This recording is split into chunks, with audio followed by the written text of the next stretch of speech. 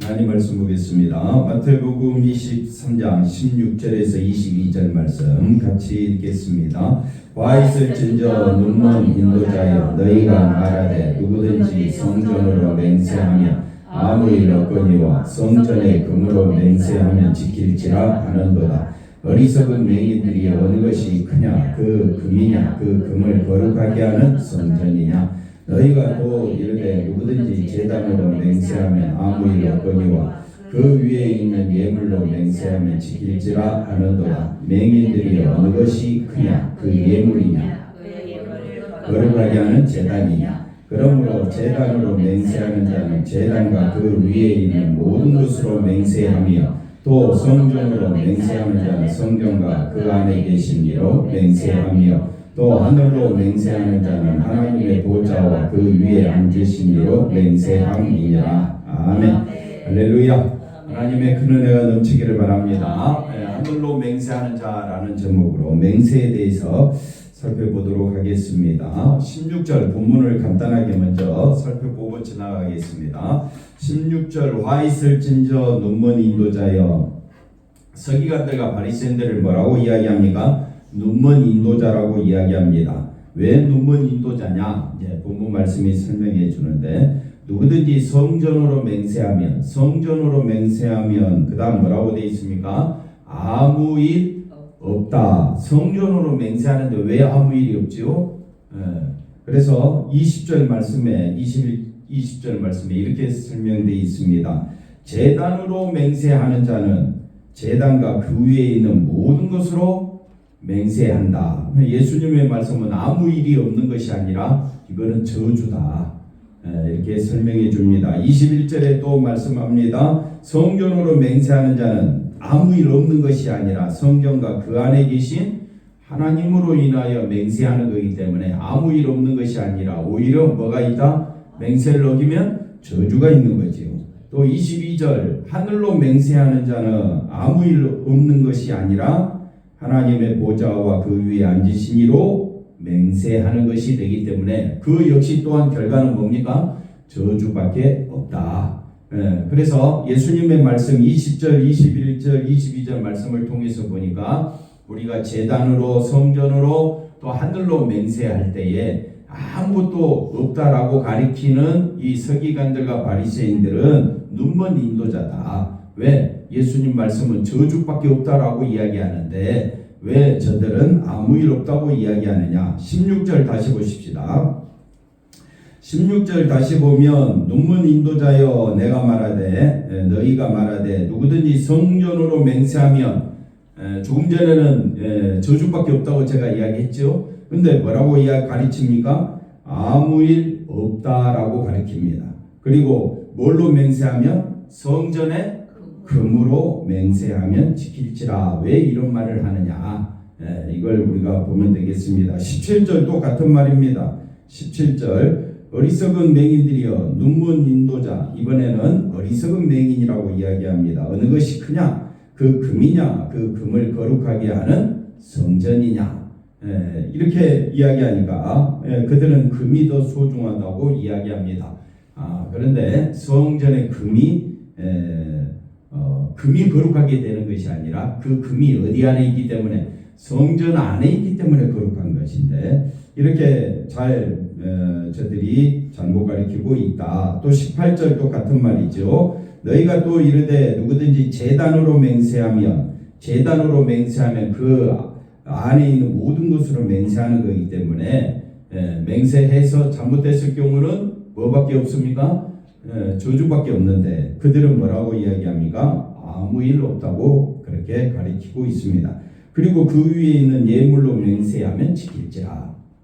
그래서 이걸 우리가 이제 조금 이해하려면 본문 말씀을 통해서 한 번 더 또 이해하도록 하고 우선 내용을 살펴보도록 하겠습니다. 자, 눈먼 인도자 또는 맹인이라고 책망하시는 것은 하나님 말씀을 누구 마음대로 해석했다고요? 자기들 멋대로 해석해서 백성들에게 실천하라 이렇게 요구하고 있기 때문에 저들은 말씀을 잘못 가르치고 있다라고 우리가 여기서 알 수가 있습니다. 말씀의 본질, 말씀의 내용이 뭐냐? 말씀의 본질, 말씀의 내용은 하나님 말씀은 예수 그리스도를 말합니다. 우리를 구원하시려 하나님의 아들 독생자 예수 그리스도가 오심으로 그 예수님의 십자가 보혈의 피로 인하여 우리가 제사함 받고 생명을 얻은 것이 말씀의 본질, 믿음의 본질이다. 말씀의 본질, 믿음의 본질이 누구를 가리킨다고요? 예수님을 가리킨대. 예수님으로 인하여 해석을 하는 것이 아니라 누구 마음대로 해석을 해버리느냐? 자기들 생각대로. 그래서 오늘날도 수많은 사람들이 성경을 보고 있지만은 하나님 말씀은 예수 그리스도 중심 위에 해석을 해야 됩니다. 그래서 성전으로 맹세하면 이렇게 설명합니다. 성전 또는 제단으로 맹세하면 지키지 않아도 되지만 성전의 금 또는 제단의 예물로 맹세하면 반드시 지켜야 한다는 것은 앞서 살펴봤던 것처럼 전혀 맞지 않는 논리가 되는 겁니다. 왜냐하면 성전과 금은 따로 또는 제단과 제단의 예물은 따로 분리할 수가 없습니다. 다 그 안에 포함되어 있기 때문에 따로 분리할 수 없는데도 불구하고 왜 이 사람들은 이렇게 성전의 금, 제단의 예물은 지켜야 한다라고 이야기를 하느냐? 그 부분을 살펴보면 그 다음 보시면 중요한 말이 하나 있습니다. 성전은 누가 함께 하신다는 의미가 있습니까? 하나님이 함께 하신다. 제단도 누가 함께 하신다? 하나님이 함께 하신다. 그러므로 성전과 제단의 본질적인 의미는 하나님의 긍휼입니다. 하나님의 자비. 하나님의 긍휼과 자비로 오신 분이 누굽니까? 예수님. 그러니까 성전을 보면서 제단을 보면서 맹세할 것이 아니라 뭘 해야 되느냐? 하나님의 자비를 볼 줄 알아야 되는데 그게 말씀의 본질이다. 말씀을 가르치는 자가 성전에서 제단에서 심지어 또 요즘은 교회에서도 제일 중요한 것이 뭡니까? 하나님의 자비, 하나님의 긍휼하심이 교회의 본질이고 우리 성도의 본질이다.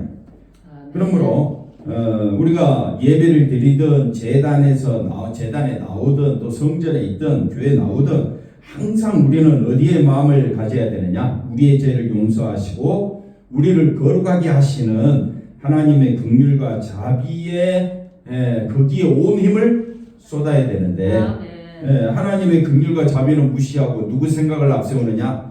자기 생각을 앞세우는 것은 서기관들과 바리새인들과 다를 바가 없다 이 말입니다.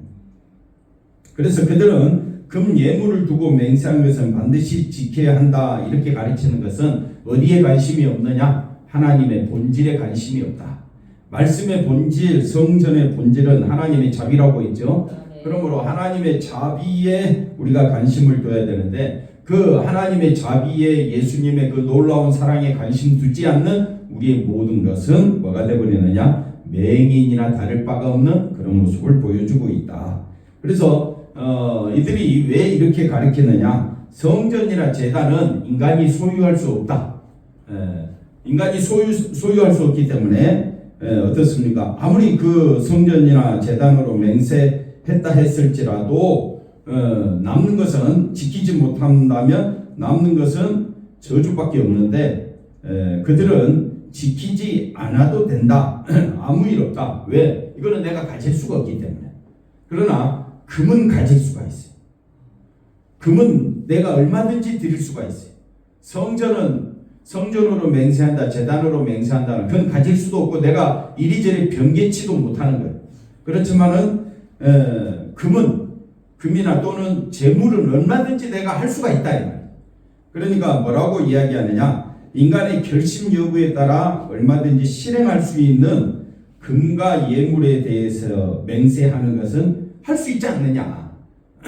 그러나 성전과 제단은 네가 할 수 있는 그 수준을 넘어섰기 때문에 맹세해도 아무 일 없다. 이렇게 헛되게 가르친다 이 말입니다.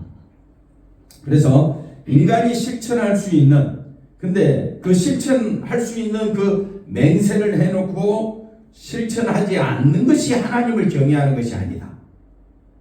그래서 참 요상한 논리를 가지고 그들은 이 실천할 것을 요구합니다. 그러니까 실천한다라면 금을 가지고 맹세했으면 너 못 지켰지? 그럼 금 가져와. 너 재물로 맹세했는데 네 맹세대로 안 됐지? 그럼 어떻게? 재물 가져와. 그건 우리가 얼마든지 할 수 있는 일이다. 그래서 할 수 있는 일인데 안 가져오고 맹세했는데도 그냥 지나가 버리면 그건 하나님을 경외하지 않는 것이다 라고 인간의 합리적인 생각을 이야기하는데, 오히려 예수님은 뭐든지 맹세하는 그 모든 것들은 다 뭐에 해당되느냐? 저주에 해당된다. 지키지 못하기 때문에 우리는 저주에 해당되는데, 오히려 서기관들과 바리새인들은 성전으로 또는 제단으로 맹세하는 것은 아무 일 없다, 괜찮다, 오히려 하나님의 자비와 하나님의 긍휼하심을 가리키기보다는 자기들의 생각을 가지고 이야기를 하고 있습니다. 그래서 우리가 말씀을 볼 때 참 어려운 것은, 사람들은 다 제각기 자기 생각이 있습니다. 그 생각을 가지고 자기 논리로 하나님 앞에 접근해 오기 때문에 말씀의 본질을 자꾸 놓치는 거예요. 말씀의 본질, 믿음의 본질은 어디 있느냐? 예수 그리스도에게 있다. 그러므로 우리의 본질은 어디 있습니까? 예수 그리스도가 중요한 거지. 내 생각, 또 내 욕심, 내 교만함으로 하나님과 예수님을 내게로 끌고 와서 나의 유익을 위한 도구로 쓰면 안 된다. 오늘 우리는 내 모든 것은 누구를 향해야 되느냐? 예수님을 향해야 됩니다. 자, 신자에게 구원, 예수님의 그 보혈의 피로 구원받은 것이, 한번 따라 합시다. 하나님의 큰 은혜이다. 그것이 뭐라고요? 축복 중에 축복이다. 구원받은 것이 뭡니까? 축복 중에 축복이고 은혜 중에 은혜입니다. 그러므로 구원을 받은 자는 이미 세상에서 가장 놀라운 축복을 받은 자다. 더 이상 가질 복이 없다. 누구만 생각하면 됩니까? 예수님만 생각하면 우리가 이 땅에서 예수 믿는 그 자체로 우리는 모든 복을 다 받았다. 이렇게 말하면 싱거워. 사람들이 아니 그러면 세상에서 물질도 갖고 싶고, 세상에서 좋은 집도 살고 싶고, 세상에서 내가 큰 자가 되어서 살고 싶은 이 욕망이 사라집니까? 안 사라지는 거예요. 그래서 어떻게 사람들은 말하느냐? 구원은 구원이고 축복은 축복이다. 구원은 예수님으로 인하여 구원받았지만 축복은 내가 열심히 행함으로 축복받는다. 그러니까 구원과 축복을 어떻게 하느냐? 다르게 생각한다. 그러니 사람들은 교회 다니면서도 어디에 더 관심이 있느냐? 축복에 더 관심이 있죠. 맞습니까? 말은 맞는데 분명히 예수님 중심으로 생각하면 구원이 그 자체가 뭐예요? 축복이잖아요. 근데 누구 중심으로 생각하면?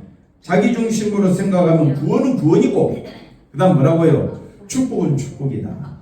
아니 교회 그렇게 열심히 다녔는데 왜 그렇게 축복 못 받았느냐? 항상 구원과 축복을 어떻게 하느냐? 따로 분리한다. 그건 누구 생각이다? 자기 생각이다. 그래서 신앙생활은 처음부터까지 믿음도 예수 중심이고, 말씀도 예수님 중심. 우리가 교회로 모이는 것도 누구 중심? 예수님 중심이 돼야 되는데, 그러면 구원 그 자체가 뭐기 때문에? 은혜요. 축복이기 때문에 하나님 앞에 뭐 할 것밖에 없습니까? 감사할 것밖에 없죠. 그런데 구원과 축복을 어떻게 생각하느냐? 누구 중심으로 생각하지 아니하고 예수님 중심으로 생각하지 아니하고 누구 중심으로? 자기 중심으로 생각하면 맨날 목회자들이 기도하지. 하나님 우리 교회 부흥시켜 주세요. 우리 교회에 복을 내려주세요. 우리 가정에. 그러면서 구원과 축복을 어떻게 하느냐? 따로 분리하는 거예요. 따로 분리하면 그게 맞는 것 같아. 서기관들과 바리새인들도 똑같은 거예요. 성전이나 성전의 금이나 그 안에 있는 걸로 다 맹세하면 다 지켜야지. 뭐 지킬 게 따로 있고 지켜서는 안 되는 거는 뭐 그건 안 해도 된다 이런 식으로 얼머부려버리면 이거는 하나님 말씀을 순전히 누구 중심으로 생각한다? 자기 중심으로 생각한다. 그래서 우리가 굉장히 교회 다니면서 오해하는 것이 뭐냐면요, 이미 예수 안에서 시편 23편 1절에 여호와는 나의 목자시니 우리는 부족함이 없다 해놓고 늘 어떻게? 늘 부족하다고 달라고만 해. 그러니 우리가 믿음의 본질을 외면하고 자기 중심적으로 생각하면 이거는 하나님의 은혜를 무시하는 서기관들과 바리새인들처럼 똑같다 이 말이에요. 자, 그래서 가장 중요한 것이 예수 안에서 생각하면 구원받은 것이 축복 중에 축복이고 은혜 중에 은혜다. 그래서 우리가 남은 바 우리가 이제 해야 될 일이 뭡니까? 그 은혜의 복을 증거하면서 하는 것이 우리가 해야 될 일이다 이 말이에요. 은혜는 뭐라고요? 축복은 뭐라고요? 내가 예수 믿어 구원받은 것. 이걸로 나는 너무너무 감사하다. 기쁘다. 즐겁다. 뭐 아멘도 잘 안 나오고 이게 현실이다 이 말이에요. 우리가 말하는 축복은 뭡니까? 내가 부자 되고 성도들이 많이 모이고 뭐 우리가 봤을 때 사람들이 많이 모였고 복잡하고 그 다음에 뭐 여러 가지 큰 일을 많이 하는 것이 축복이 아니라 이미 우리는 예수 안에서 축복 다 받은 자다. 은혜 다 받은 자다. 예수 안에서 우리가 제사함 받았죠. 맞지요? 하늘 보좌에 앉게 되었지요. 무서운 심판을 면했지요. 이것보다 더 귀한 축복이 어디 있습니까? 그런데도 여전히 수많은 사람들은 예수로 인한 우리가 놀라운 축복을 생각하기는커녕 여전히 세상에서 누가 잘 됐으면 좋겠어요? 내가 잘 됐으면 좋겠다는 그런 생각으로 살 때가 많습니다. 저부터도 그러는데 그러니 우리가 말씀 세계로 더 열심히 달려가자. 은혜 속으로 들어가자. 누구만 바라보자고요? 예수님만 바라보자. 초대교회 성도들이 어려울 때 히브리서 말씀은 뭡니까? 그럴수록 더 예수를 깊이 생각하라. 예수님만 바라보자. 예수님만 생각하라. 십자가에 피 흘리신 그 예수님으로 인하여 우리가 얼마나 영광된 존재인가. 예수 안에서 받게 된 그 놀라운 축복을 생각하고 죽음 앞에서도 담대히 가난 앞에서도 담대히 걱정하지 말고 누구만 바라보자? 예수님만 바라보자. 네, 할렐루야. 그러니까 신앙생활 본질은 뭐냐? 본질, 믿음의 본질, 교회의 본질은 처음까지 누구에게 있다? 예수님께 있다. 근데 현대교회는 예수님보다는 누가 중심입니까? 자기가 중심. 자기가 중심이니까 구원은 구원이고 그 다음에 뭐라고요? 축복은 축복이다. 이렇게 이야기를 해버립니다. 그리고 서기관들과 바리새인들처럼 금이나 예물 또는 헌금에 대한 문제는 반드시 지켜야 해야 복받는 아니 이미 우리는 예수 안에서 복받았는데 이렇게 이야기하면 뭡니까? 금이나 예물, 헌금에 대해서 이미 우리 드려도 안 드려도 우리는 아무 상관없다. 이렇게 이야기하면 성도들이 헌금 낼까요? 안 낼까요? 안 내려고 하니까 이런 말에 대해서 주저하게 되는 거예요. 내든지 안 내든지 아무 상관없습니다. 이미 우리는 어디 안에서? 예수 안에서 복을 받았으니까. 근데 그 받은 은혜가 너무 감사해서 기쁨으로 드리는 건데 억지로 마지못해서 드린다는 것은 누구를 생각하고 있기 때문에 그렇습니다. 자기 생각하면 헌금 드리는 것이 얼마나 아까운지 모릅니다. 그러나 나는 이미 예수 안에서 이미 모든 복은 다 받았습니다. 영생의 복을 받았습니다. 그래서 그 복을 주신 하나님 앞에 기쁨으로 감사함으로 나와서 예물을 드립니다. 그래서 자기에게 있는 것 중에 구별하여서 정성을 다해서 하나님의 그 크신 은혜 생각하며 우리의 죄를 용서해 주신 그 하나님의 자비하심에 감사함으로 드리는 우리의 예물이 되어야 할 줄로 믿습니다. 그런데 어떻게 합니까? 11조 드려야, 감사헌금 드려야 하나님이 30배, 60배, 100배 그 다음에 쌓을 것이 없도록 부어준다라고 가르침으로 결국은 예수님의 십자가보다는 누구의 행위를 가리키느냐? 사람의 행위를 가리킴으로 네가 그렇게 안 했으므로 복을 못 받는 거지만 네가 하면 복 받는다. 이런 식의 논리는 서기관들과 바리새인들의 논리와 똑같다 이 말입니다. 조금 이해가 됐습니까? 그래서 우리는 하나님 교회 신앙의 본질, 믿음의 본질, 성경의 본질은 누구에게 있느냐? 예수 그리스도에게 있다. 그 하나님의 자비하심을 만나지 못한다면 그건 신앙생활하는 것이 안 된다. 그래서 화 있을진저 눈먼 인도자 맹인 왜 그러느냐? 교회는 나오는데 예수님의 마음에 마음을 두지 아니하고 어디에 마음을 둔다고요? 자꾸 자기만 생각하는 거예요. 그러면 우리는 하나님의 긍휼하심을 만날 수가 없게 되는 겁니다. 예수님은 성전과 제단이 크다고 하십니다. 정말 큰 것이 예수님입니다. 성전과 제단은 다 예수님을 의미하고 있고 또 금과 예물을 가지고 자신을 거룩하게 하고 하나님의 마음을 움직여서 원하는 축복을 받고자 하는 이 인간적인 사고방식, 이것이 성전과 제단을 무시하는데 우리는 여기에 길들여져 있습니다. 왜? 이렇게 지금까지 살아왔으니까.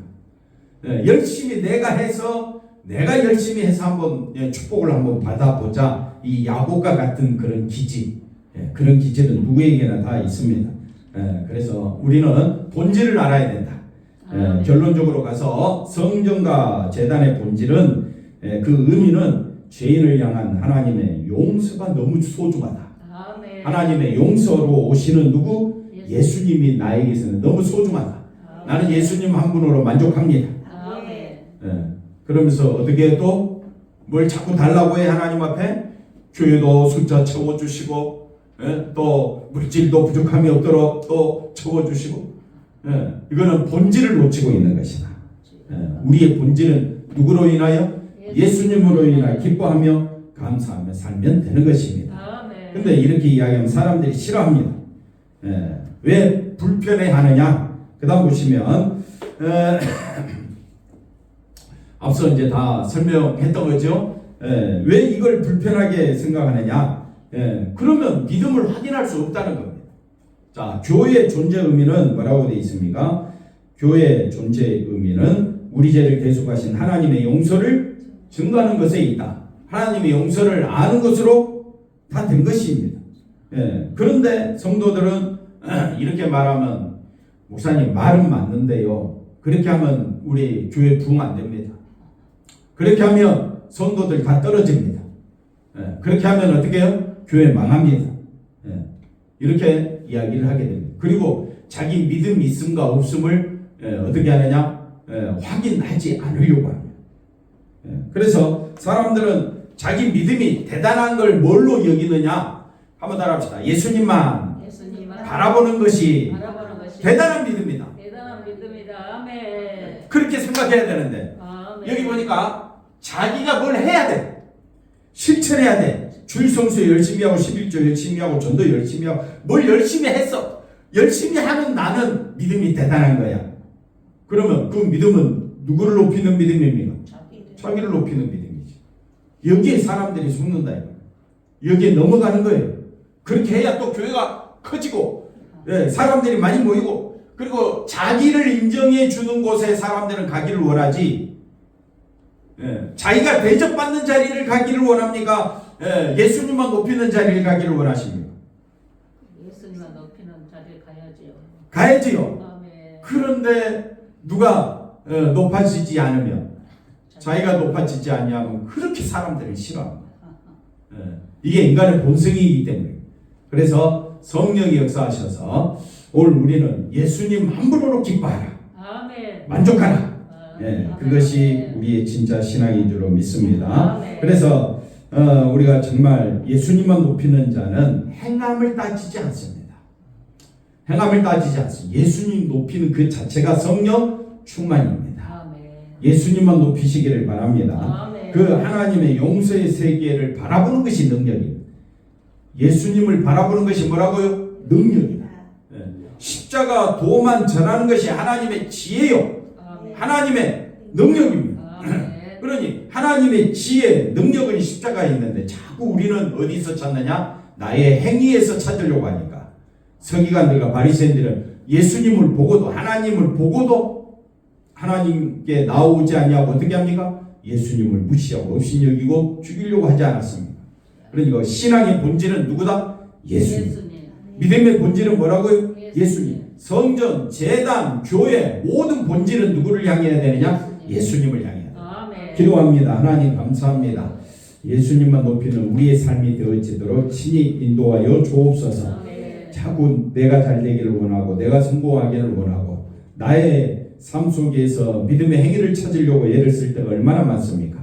하나님 우리를 긍휼히 여겨주셔서 예수님만 높이는 거룩한 믿음의 백성 되어지도록 친히 인도하여 주시옵소서. 예수님의 이름으로 기도하옵나이다. 아멘.